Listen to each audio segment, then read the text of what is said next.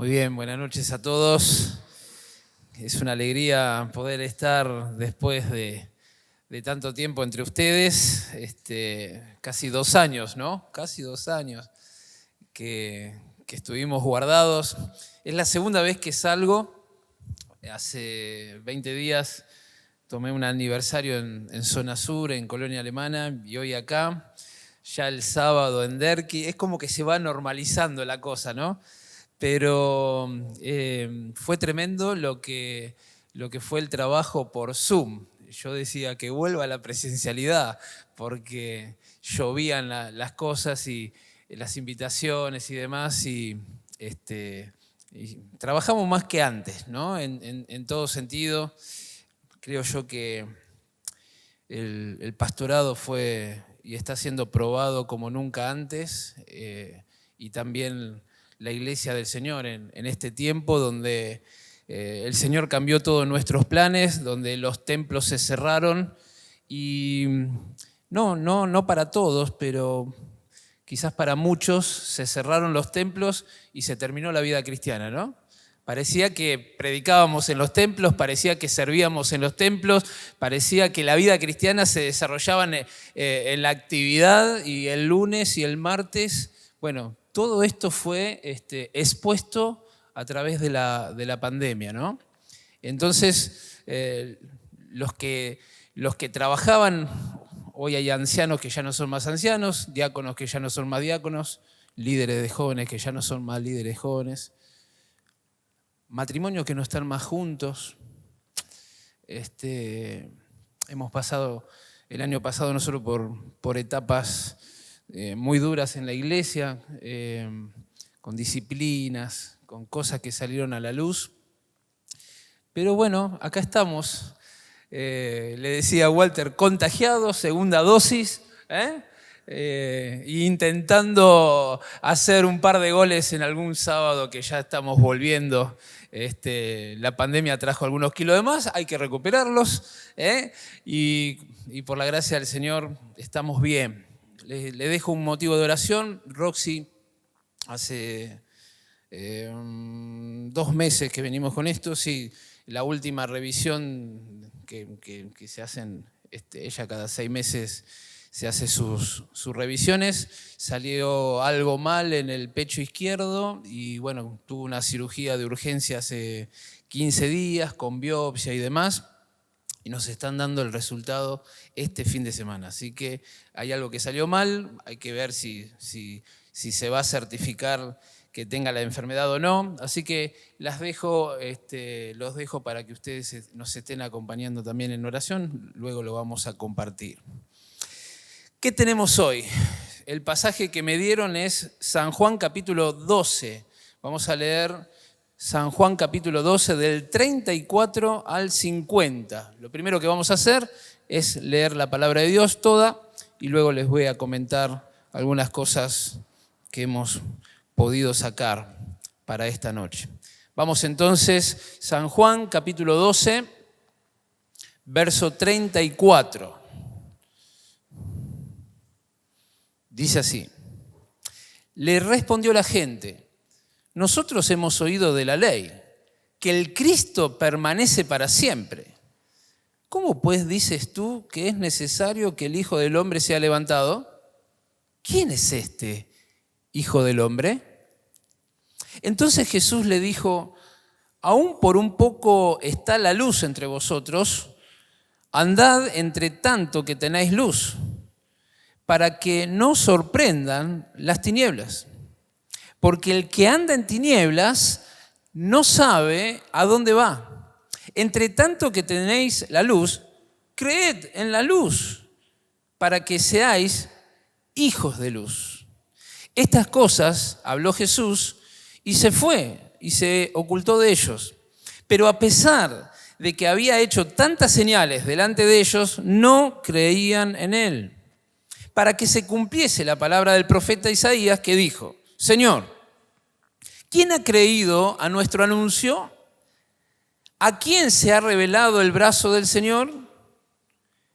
Por esto no podían creer, porque también, dijo Isaías, cegó los ojos de ellos y endureció su corazón para que no vean con los ojos y entiendan con el corazón y se conviertan y yo los sane. Isaías dijo esto cuando vio su gloria y habló acerca de él. Con todo eso, aún de los gobernantes, muchos creyeron en él, pero a causa de los fariseos no lo confesaban, para no ser expulsados de la sinagoga, porque amaban más la gloria de los hombres que la gloria de Dios. Jesús clamó y dijo: el que cree en mí no cree en mí, sino en el que me envió. Y el que me ve, ve al que me envió. Yo, la luz, he venido al mundo, para que todo aquel que cree en mí no permanezca en tinieblas. Al que oye mis palabras y no las guarda, yo no le juzgo, porque no he venido a juzgar al mundo, sino a salvar al mundo. El que me rechaza y no recibe mis palabras, tiene quien le juzgue la palabra que he hablado. Ella le juzgará en el día postrero.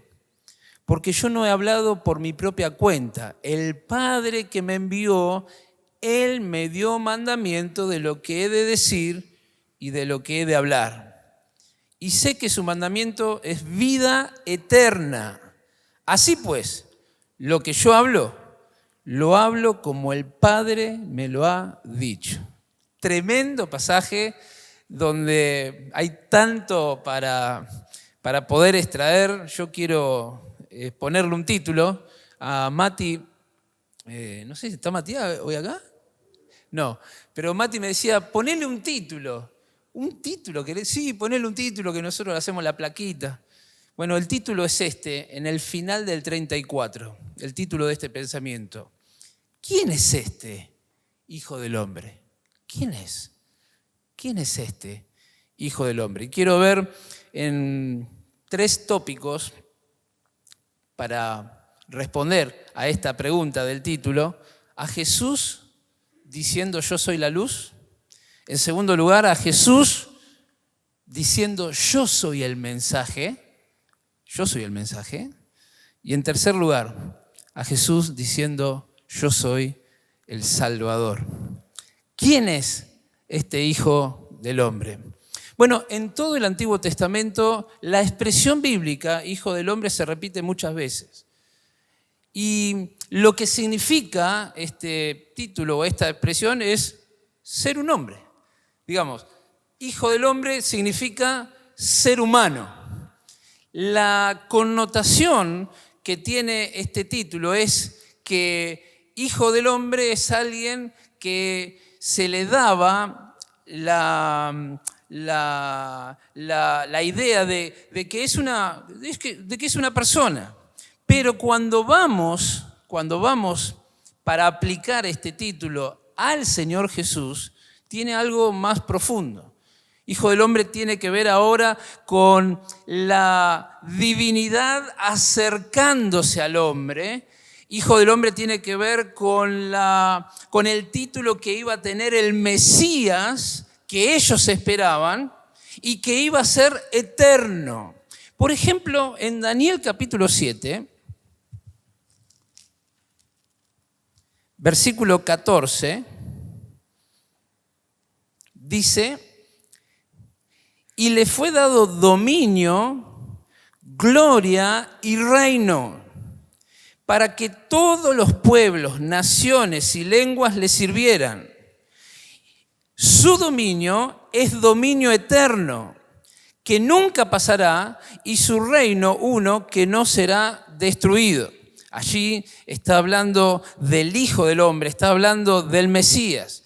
Y ellos, teniendo esta palabra, teniendo este conocimiento, esperaban un Hijo del Hombre, un Mesías que pudiese establecer un reino para siempre y aplastase a los enemigos, aplastase en este caso y en este contexto al Imperio Romano. Ellos esperaban un Mesías gobernador, un Mesías que con vara de hierro, con cetro de poder, con brazo fuerte, pudiese pisar fuerte y establecer su reino eterno.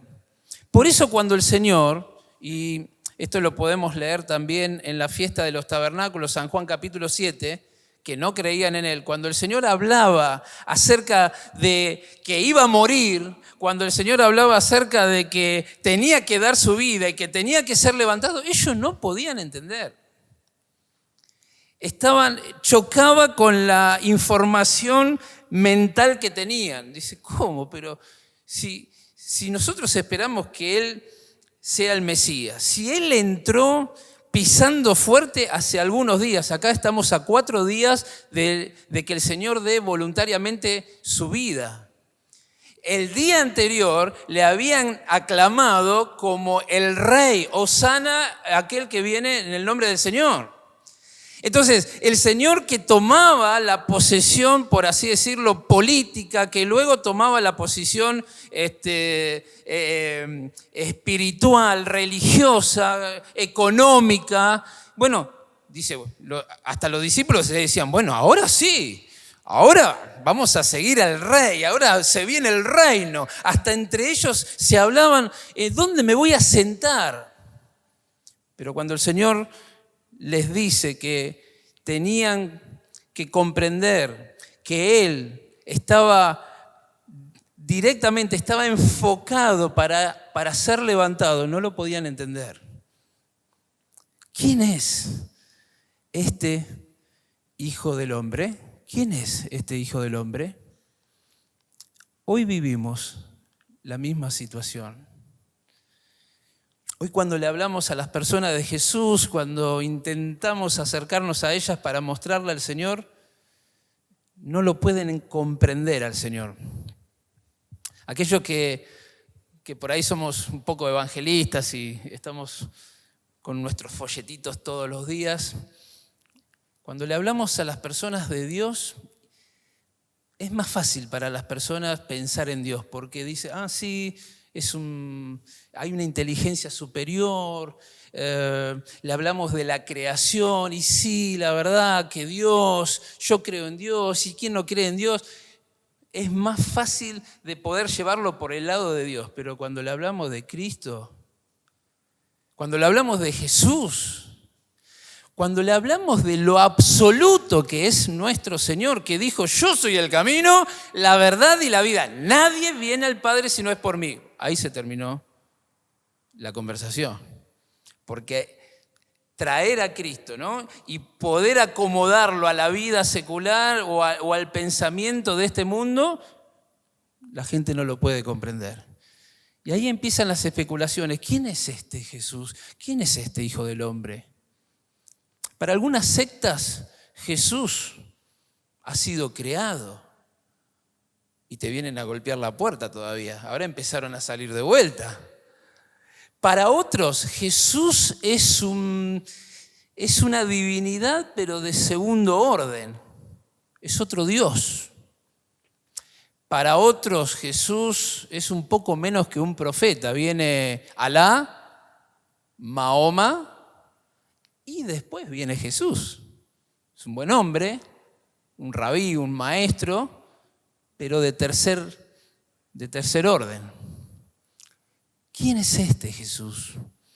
Yo me preguntaba, para ir preparando el mensaje, y los que preparamos mensajes leemos el pasaje como 20 veces mínimamente, para meterte en el pasaje, para que la palabra te hable y el Señor y el Espíritu te muestre las cosas para nosotros. Y yo decía, ¿quién es el Señor para mí como creyente? ¿Quién es el Señor para mí?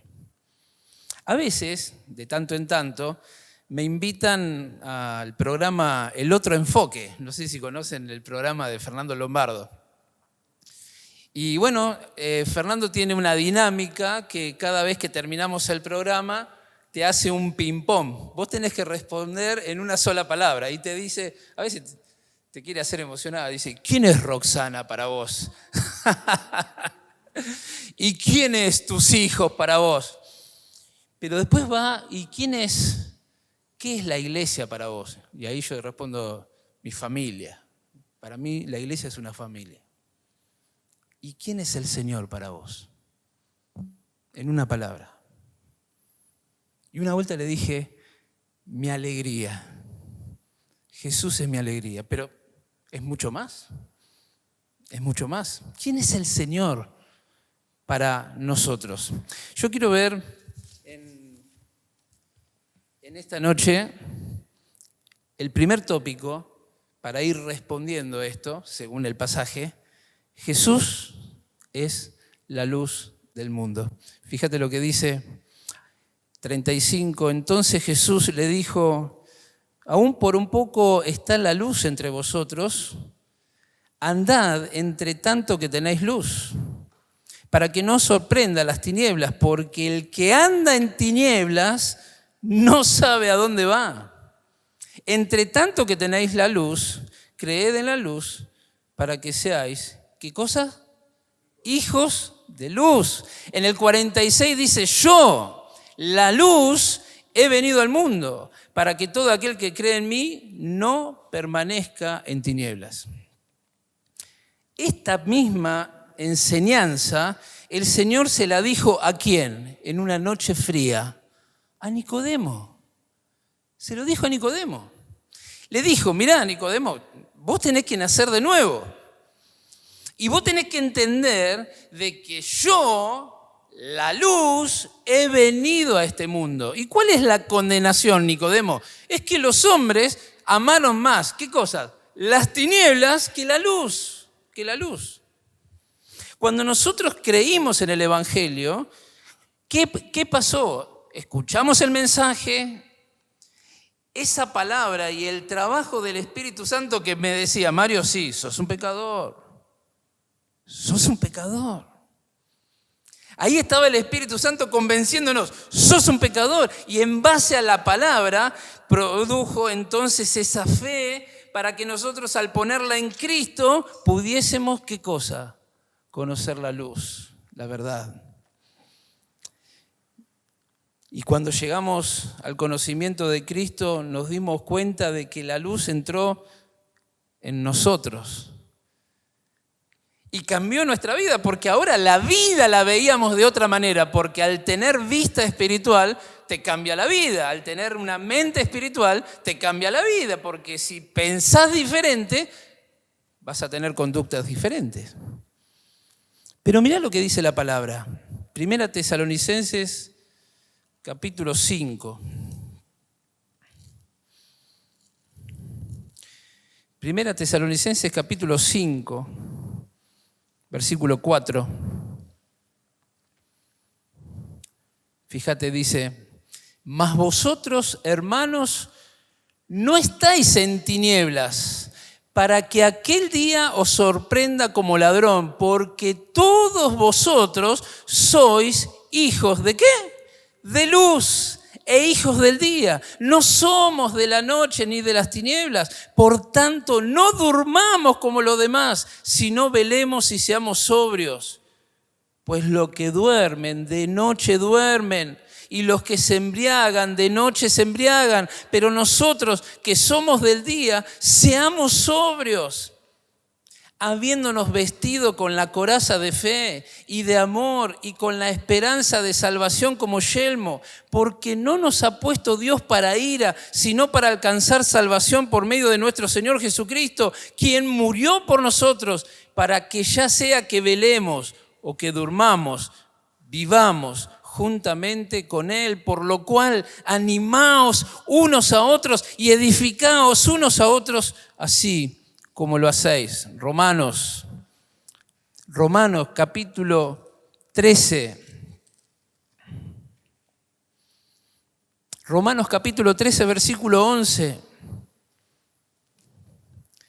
Dice así, y esto, conociendo el tiempo, que ya es hora de levantarnos del sueño, porque ahora está más cerca de nosotros nuestra salvación que cuando creímos. La noche está avanzada y se acerca el día. Desechemos, pues, las obras de las tinieblas y vistámonos las armas de la luz. Andemos como de día, honestamente, no en glotonerías y borracheras, no en lujurias y lascivias, no en contiendas y envidia, sino vestidos del Señor Jesucristo. Y no proveáis para los deseos de la carne. Cuando llegó Cristo a la vida, se presentó como la luz. Y al aceptar a Cristo, Él cambió nuestra vida, de modo que ahora somos hijos de luz. El creyente en el Señor anda de día. Y realmente la luz nos está hablando de esa comunión, de esa unión vital que ahora tenemos con Cristo y de esa comunión que ahora puedo yo disfrutar en base a lo que Él hizo en la cruz, muriendo y luego resucitando por nosotros. Cuando alguien se acerca a la luz, uno se acerca a la luz o uno prende la luz, ¿para qué? Para ver, para que se manifieste las cosas que tengo que hacer, para que se manifieste las cosas que tengo que cambiar. Si nosotros apagáramos las luces aquí en este preciso instante, invaden las tinieblas en cuestión de milisegundos. Y si tendríamos que movernos con la luz toda apagada, estaríamos chocándonos, vaya a saber con qué cosa, ¿no? Si apago la luz, ustedes a mí no me ven ni por casualidad, me voy a tener que reír todo el día para que me vean. Yo pensaba, los espirituales constantemente van a la luz. Los carnales se alejan de la luz. Isaías llegó a un punto en su vida que cuando ve la gloria de Dios, dice, pensó que se moría, dice, estaba como muerto. Y tuvo que venir alguien, un ángel, para tocar los labios con ese carbón encendido y limpiar la inmundicia, limpiar el pecado, para que luego con el corazón limpio Isaías pudiese escuchar a quién enviaré. Cuando Pedro, en la pesca milagrosa de Lucas 5, se da cuenta de que algo totalmente milagroso había sucedido, de que el Señor que estaba en su barca no era un maestro más, se arrodilla y se inclina y ¿qué le dice? Señor, apártate de mí. ¿Por qué? Porque soy un hombre pecador. Cuando Pablo escribe Romanos y llega al capítulo 7, él se da cuenta de que había una ley dentro suyo que lo llevaba hacia el pecado y dice esta expresión, miserable de mí, ¿quién me librará de este cuerpo de muerte? De manera que cuando uno se acerca al Señor, cuando uno se acerca a la luz, suceden dos cosas. La primera, cuando yo me acerco al Señor, veo la grandeza del Señor, la santidad del Señor, veo lo inabarcable que es Dios, del cual cantábamos recién. Cuando me acerco al Señor, cuando disfruto al Señor, hay cosas que no puedo llegar a comprender en mi cabeza y no puedo llegar a captar con mi mente finita lo grande que es Dios. No puedo entender cómo este Dios tan grande me pudo amar así. Pero la segunda cosa que entiende el creyente cuando se acerca a la luz es lo pecadores que somos. Porque en la luz de Cristo podemos nosotros ver la luz. En tu luz veremos la luz. De manera que una de las características de alguien que está en comunión con el Señor es la conciencia de que nada somos, que la gracia del Señor es mucho más abundante que nuestro pecado, digamos. El pecado nuestro es súper abundante, pero la gracia de Dios es más abundante que el pecado, y esto lo podemos ver ¿en dónde? En la luz. Cuando alguien se aleja de la luz, pierde de vista quién es el Señor, pero pierde de vista quién es Él.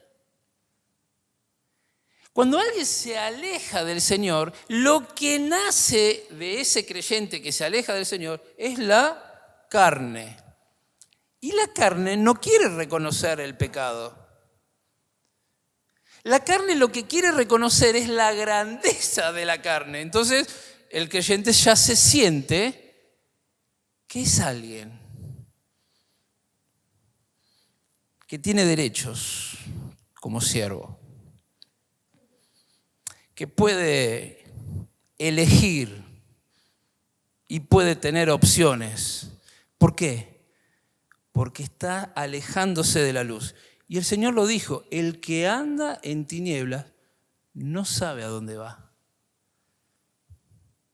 Cuando Pablo escribe estos pasajes que nosotros hemos leído, les dice a la iglesia de Tesalónica, le dice a los romanos, le dice, ustedes ya no están más en las tinieblas, ustedes son hijos de luz y tienen que conocer el tiempo porque se viene el día y ustedes no tienen que andar como los que andan en la noche. Porque en la noche pasa esto, pero ustedes no están en la noche. Queridos hermanos, hoy el Señor nos vuelve a alentar y nos vuelve a aconsejar con su amor, con su palabra.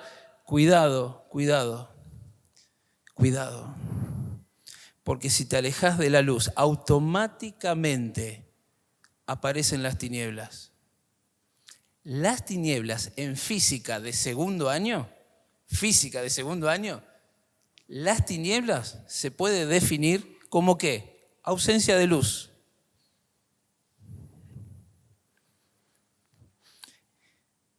En segundo lugar, podemos ver que el Señor, para contestar quién es este hijo de hombre, se presenta como diciendo, yo soy el mensaje.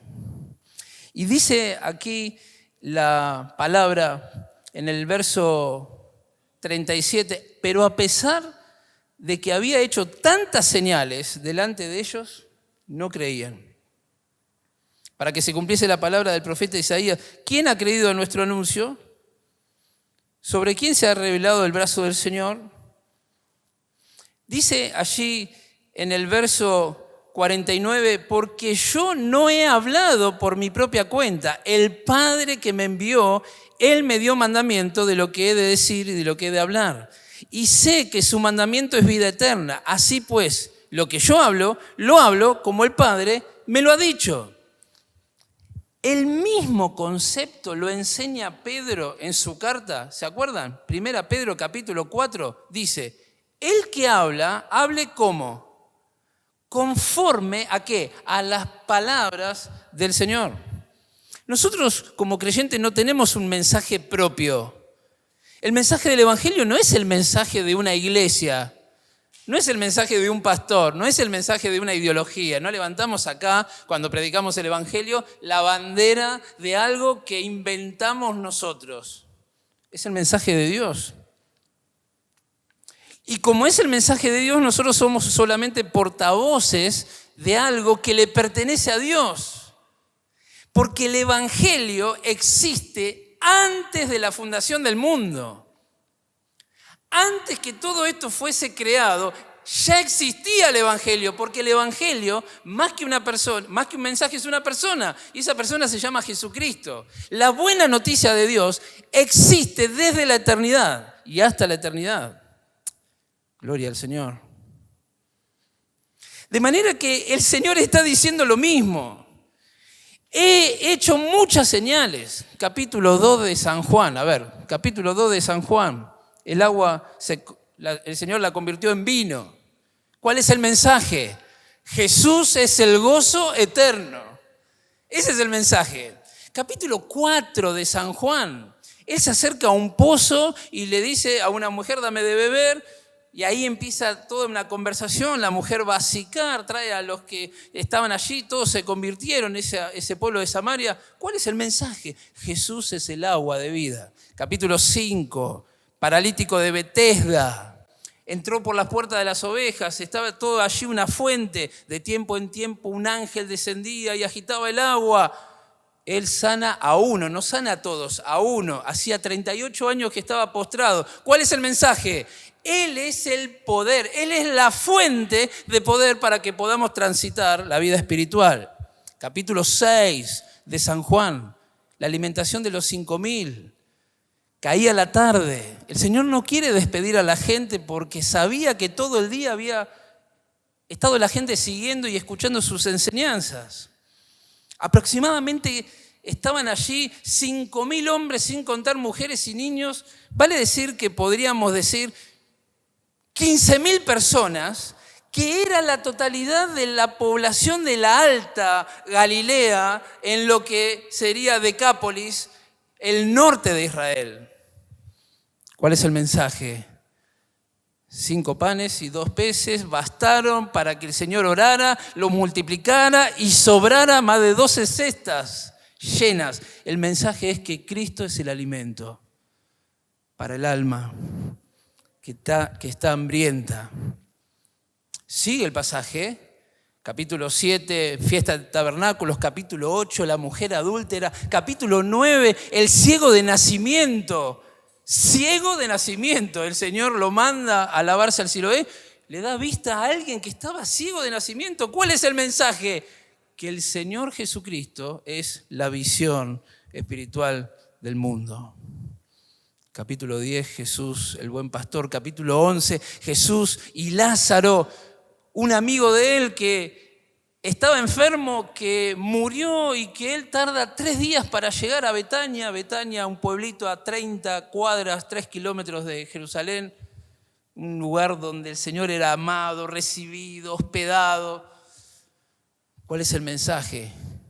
Yo soy la resurrección y la vida, pero todavía, a pesar de todas estas señales, ellos no creían en Él. Hebreos capítulo 1. Hebreos capítulo 1,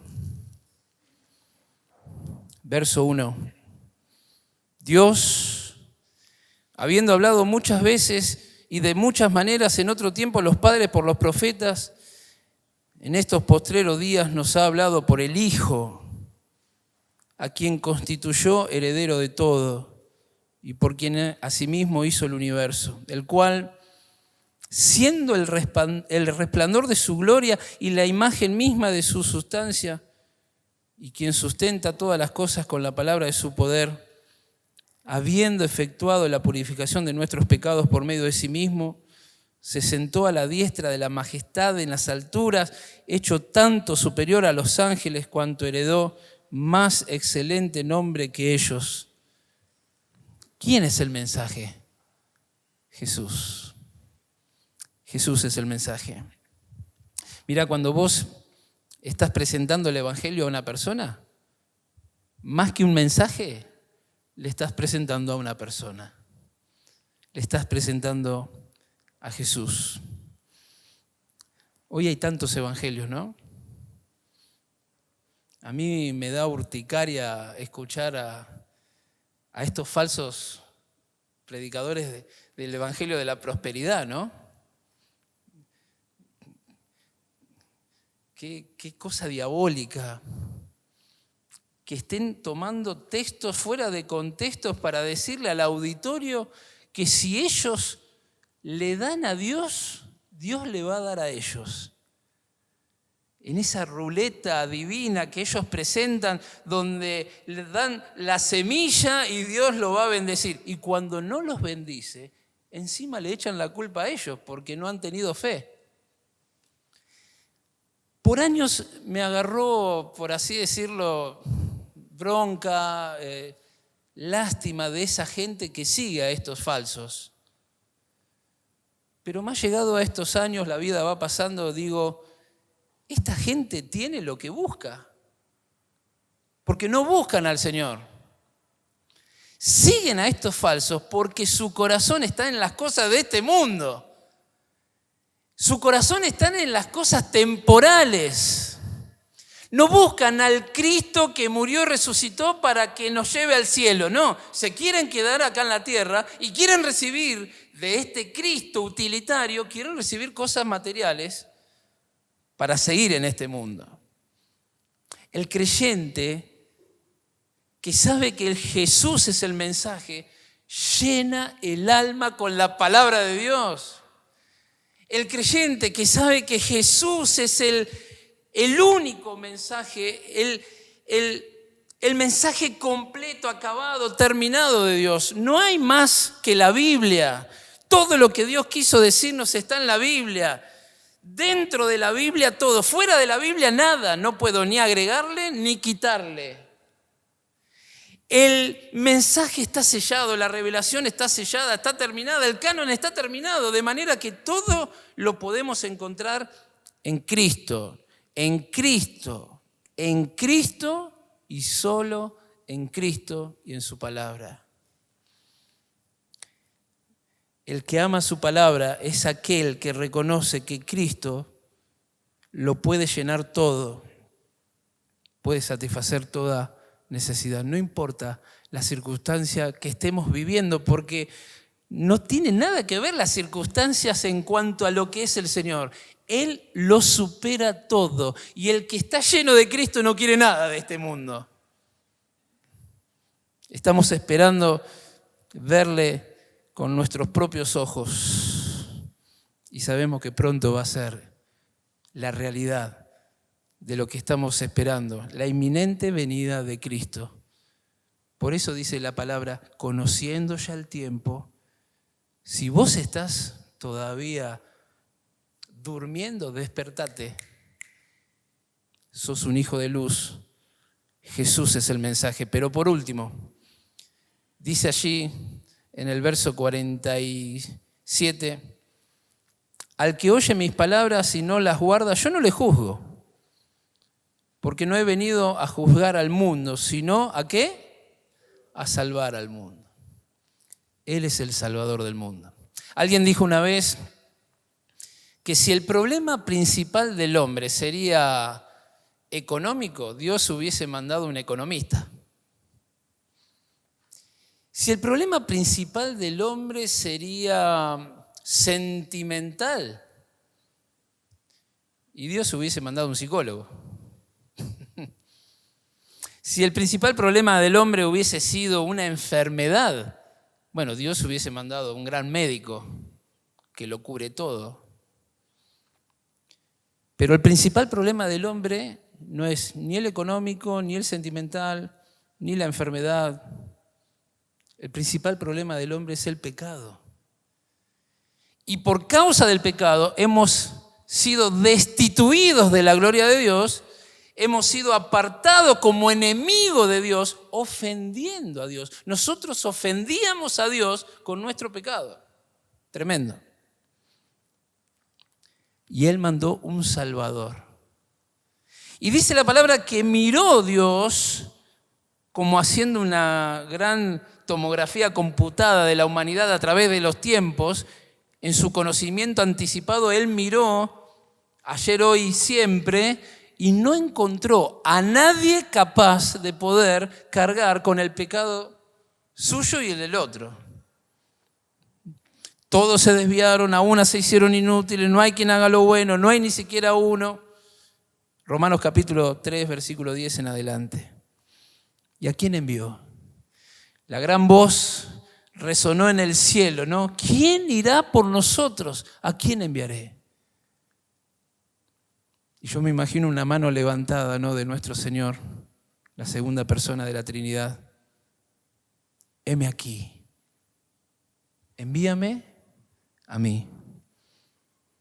Y el Dios eterno se hizo hombre para identificarse con su criatura, para que nosotros, criaturas, pudiésemos llegar a Dios. Dios mandó un Salvador.